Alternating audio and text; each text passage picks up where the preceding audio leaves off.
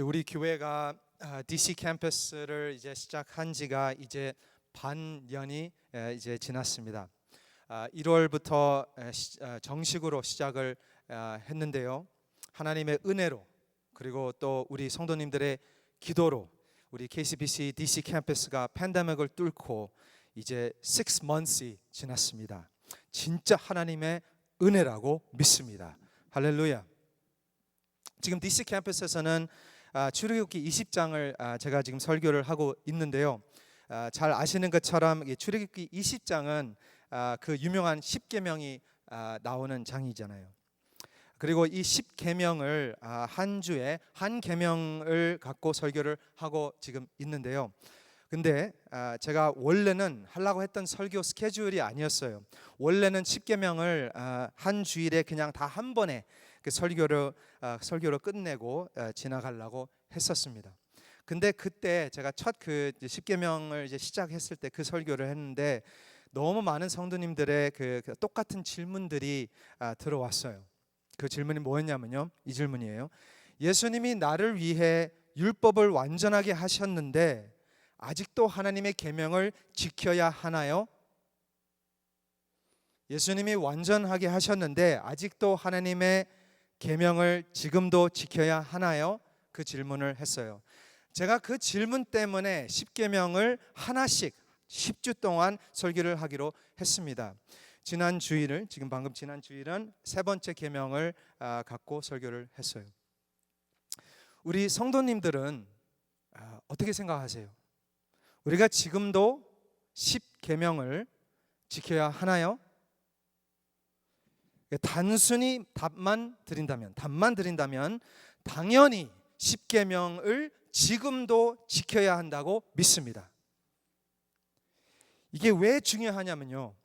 너무 많은 크리스천들이 오늘날 크리스천들이 이제는 예수님이 나 대신 율법을 완전케 하시고 나를 위해 십자가에 못 박혀 죽으셨으니까 이제는 더 이상 하나님의 계명을 지킬 필요가 없다고 생각하고 있는 크리스천들이 오늘날 너무나 많습니다. 더 나아가서 어떤 이단 단체, 사이비 단체들은 예수님을 이제 만나고 딱 한 번만 회개하면 더 이상 회개를 안 해도 된다고 가르칩니다. 이제는 구원을 받았으니까 예수님은 어제나 오늘이나 또는 내일 미래의 죄까지 다 예수님의 피로 깨끗이 씻었으니까 용서함을 받았으니까 더 이상 회개하면 안 된다고 이렇게 가르칩니다. 이게 이제 살고 싶은 대로 자유롭게 살아가면 된다고 그렇게 가르치는 그런 이단 사이비 단체들이 있습니다. 이것은 당연히 거짓 비성경적인 가르침입니다. 사실 성경에서 가르치는 것은 10계명을 지켜야 할 사람들은 유대인들뿐만 아닙니다. 크리스천들뿐만 아니에요. 사실은 모든 인류, all men and women, 모든 사람들이 이 세상이 끝날 때까지는 이 10계명을 지켜야 합니다. 예수님께서 직접 이거에 대해서 말씀하셨어요. 마태복음 5장 18절에 이렇게 나와 있습니다. 진실로 너에게 이르노니 천지가 없어지기 전에는 율법의 1점 1획도 결코 없어지지 아니하고 다 이루리라. 이렇게 예수님께서 말씀하셨어요. 예수님께서 또 이렇게까지 말씀하셨으면 모든 크리스천들은 최소한 10계명을 외우고 알고 마음에 담겨 있어야 된다고 믿습니다. 이것은 제 생각인데요. 하나님이 팬데믹을 통해서 이 세상을 클린업 하신 것 같습니다. 클린업 하셨어요. 하나님이 이 팬데믹을 통해서 교회를 클린업 하셨습니다. 어떻게 보시면 하나님이 하나님의 백성을 애굽에서 구원하신 것처럼 우리도 하나님이 이 팬데믹에서 우리를 구원하셨습니다. 그리고 나서 하나님이 하나님의 백성에게 뭘 주셨죠? 구원하시고 나서 율법을 주셨습니다. 10계명을 주셨어요.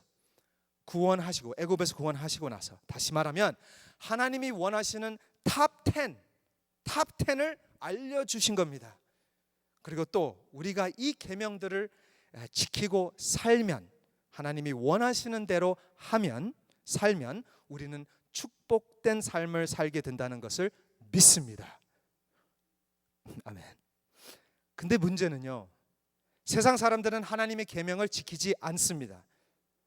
그리고 구약 성경에 유대인들은 열심은 있었지만, 열심히 해봤지만 그들도 하나님의 계명을 다 지키지 못했습니다.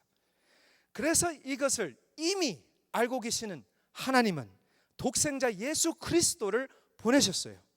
그리고 성경이 말씀한 것처럼, 가르치는 것처럼 예수님은 완전히 퍼펙트하게 하나님의 계명들을 다 지키시고 아버지의 뜻대로 우리를 위해 십자가에 못 박혀 죽으셨습니다. 아멘. 그래서 에베소서 2장에 사도 바울이 이렇게 말씀을 하셔요. 너희는 그 은혜에 의하여 믿음으로 말미암아 구원을 받았으니 이것은 너희에게서 난 것이 아니요 하나님의 선물이라. 하나님의 선물이라고 하죠. 다시 말하면 내 열심, 내 노력으로 구원받는 것이 아닙니다. 우리 크리스천들은 믿음으로 구원을 받았다고 믿습니다. 그래서 이제는 오직 믿음으로 살리라. 믿음으로 살아야 하는데, 그 당시에 그 야고보서에서 그 당시에 초대교회 때에 야고보가 보니까 이 교회 다니는 사람들이 말로는 예수 믿는다고 하는데 세상 사람들처럼 살고 있다는 것을 보는 거예요, 야고보가. 그래서 바로 전장, 오늘 장은 3장인데 바로 전장에 야고보가 말합니다. 2장 14절에 잘 아시는 말씀인데요. 내 형제들아, 만일 사람이 믿음이 있노라 하고 행함이 없으면 무슨 유익이 있으리요? 그 믿음이 능히 자기를 구원하겠느냐? 그렇게 야고보가 말을 해요. 그리고 마지막 2장 26절 말씀에 영혼 없는 몸이 죽은 것 같이 행함이 없는 믿음은 죽은 것이니라. 이렇게 나와 있습니다. 말로만 믿는다고 하면 안 돼요. 그렇죠? 말로만 믿는다고 하면 안 된다. 근데 야고보는 거기서 멈추지 않아요. 거기까지만 말씀하시지 않고 더 나아가서 3장 첫 달라, 그러니까 오늘 말씀 바로 전 3장 어제 새벽 기도 말씀에 믿는다고 말하는 그 입에서도 욕이 나오고 믿는다고 말하는 그 입에서도 저주를 하고 있다는 거예요. 야고보가 그 말을 하는 거예요. 그러니까 이 믿음은 죽은 믿음이라고 말씀하는 겁니다. Dead faith, 죽은 믿음이라고 말해요. 그리고 오늘 말씀 13절에서 18절까지의 말씀은 야고보가 한 단계 더 나아가요. 거기서 또 멈추지 않아요. 더 나아가요. 예수님을 믿는다고 고백하는 그 입에서 그런 저주와 욕이 나온다는 것은 살아있는 믿음이 아니라 죽은 믿음이다. 그렇다면 죽은 믿음이라면 오늘 말씀 나오죠? 어떤 지혜로 살아가고 있느냐? 믿음이 죽어 있는데 이제 더 나아가서 어떤 지혜로운 말씀을 갖고 살고 있느냐? 믿음으로 살고 있지 않으면 어떤 기준으로 살고 있냐?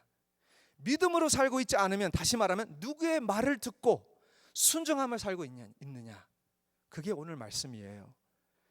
13절 너희 중에 지혜와 총명이 있는 자가 누구냐? 그는 선행으로 말미암아 지혜의 온유함으로 그 행함을 보일지니라. 이렇게 나와 있습니다. 13절. 믿음처럼 지혜도 보이지 않습니다. 그러나 그의 열매로 알 수가 있다고 야고보가 말씀하고 있습니다. 믿음처럼 지혜도 살아있는 지혜가 있고 죽어있는 지혜가 있다고 야고보가 말씀하고 있습니다. 죽어있는 지혜, 살아있는 지혜는 13절 선행으로 말미암아 지혜의 온유함으로 그 행함을 보일지니라. 죽어있는 지혜는 14절 마음속에 독한 시기와 다툼 또는 이기적인 욕망이라고 할 수 있고 13절과 14절은 완전 반대죠.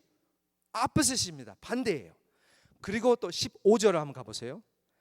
이러한 지혜는 위로부터 내려온 것이 아니요. 그러면 어디서 왔어요? 위로부터 내려온 것이 아니요. 어디서 왔어요? 땅 위의 것이요. 다시 말하면 세상의 것이라는 거죠. worldly 것이라는 거죠. 정욕의 것이라고 또 나와요. 다시 말하면 야생 동물처럼 그런 의미죠. 그리고 귀신의 것이니, 다시 말하면 사탄의 방법이고 이게 사탄의 지혜라고 말씀하고 계시는 겁니다. 그래서 이 죽어있는 지혜, 거짓 지혜의 열매는 16절에 나와요. 그 열매가 시기와 다툼이 있는 곳에는 혼란과 모든 악한 일이 있습니다. 혼란과 악한 일이 결과예요. 열매예요.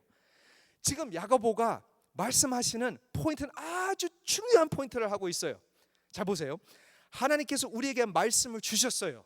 아멘? 주셨잖아요. 또는 구체적으로 하나님의 원하시는 탑 10을 10계명을 주셨습니다. 그리고 그 말씀을 주야로 묵상하며 말씀으로 살아가라고 말씀을 하십니다. 이것이 살아있는 진정한 지혜라고 믿습니다. 그렇죠? 그런데 우리가 착각하는 것은, misunderstanding 하는 것은 하나님 말씀 외에 다른 지혜가 필요하다고 생각할 때가 많아요. 하나님 말씀 외에 다른 지혜를 쫓고 찾는 것이 많습니다. 이것이 아주 어리석은 것이죠. 제가 아이키아 같은 데 가서 책장을 이제 사오잖아요. 책장을 사오면 책장 그대로 갖고 오는 것이 아니잖아요. 집에 갖고 와서 만들어야 되잖아요. 그래서 감사하게도 아이키아에서는 항상 인스트럭션 매뉴얼을 넣어요. 사용 설명서를 그 안에 들어가 있어요. 근데 저는 바보처럼 항상 사용 설명서를 내팽개치고 사용하지 않고 내가 내 방법대로 할 때가 더 많습니다. 내가 내 마음대로 한번 해보려고 해요. 해보니까 혼란과 악한 일이 있습니다. 라고 오늘 성경에 나오는 것처럼 그대로예요. 오늘날 이 세상을 한번 보세요. 잘 아실 겁니다. 혼란과 악한 일이 넘쳐요. 요즘은 남자인지 여자인지도 모르는 세상이에요. confused한 세상입니다. 성경에서 제일 큰 죄가 뭐예요? 사람들 말로는 pride이라고 그래요. pride 아시죠? pride, 자존심 pride라고 하는데요. 세상은, 성경은 프라이드 제일 안 좋은 죄라고 하는데 세상은 프라이드를 셀러브레이션을 해요. 프라이드 퍼레이드를 해요. 프레이드를 프라이드라고 부르면서 프레이드를 하고 있습니다. 하나님의 말씀, 하나님의 계명하고는 완전 반대로 돌아가는 이 세상입니다. 그 세상의 지혜를 구하려는 우리예요. 그 세상의 지혜를 우리 아이들에게도 구하라고 하는 우리예요. 지금 완전 반대로 돌아가는 세상의 지혜, 죽어있는 지혜. 대신학자이신 카럴 바트가 설교자들에게 아주 유명한 말씀을 하신 적이 있어요. 무슨 말씀이냐면 한 손에는 성경, 한 손에는 신문, 이렇게 나와 있어요. 한 손에는 성경, 한 손에는 신문. 동일해요. I agree. 근데 우리는 성경보다 신문을 읽습니다. 뉴스를 더 많이 봐요.